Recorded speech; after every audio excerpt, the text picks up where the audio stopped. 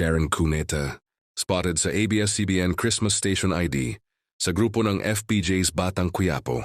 Mainit na usapan ngayon sa social media ang paglabas ni megastar Sharon Cuneta sa bagong ABS-CBN Christmas Station ID para sa 2025.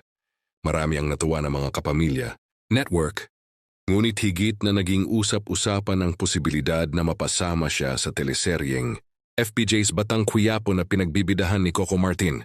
Matapos mapansin ng mga fans na tampok si Sharon sa ilang eksena ng station, diri kasi may kapamilya stars ng Batang Quiapo.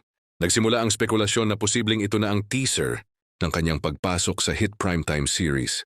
Matatanda ang matagal ng magkaibigan sina Sharon at Coco, at ilang beses na ring nabanggit ng aktor sa mga panayam na gusto niyang makatrabaho ang megastar sa hinaharap.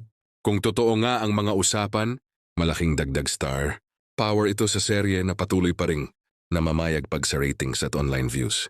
Dahil nagkainsulat pa yung opisyal na kumpirmasyon mula sa Dreamscape Entertainment o kay Sharon Cuneta mismo tungkol sa kanyang posibleng pagganap sa Batang Quiapo. Gayunman, base sa mga nakaraang pattern ng network, kadalasan ay may kasunod na proyekto ang mga artistang tampok sa station, ID. Kaya marami ang naniniwalang hindi malayong maging parte nga siya ng palabas.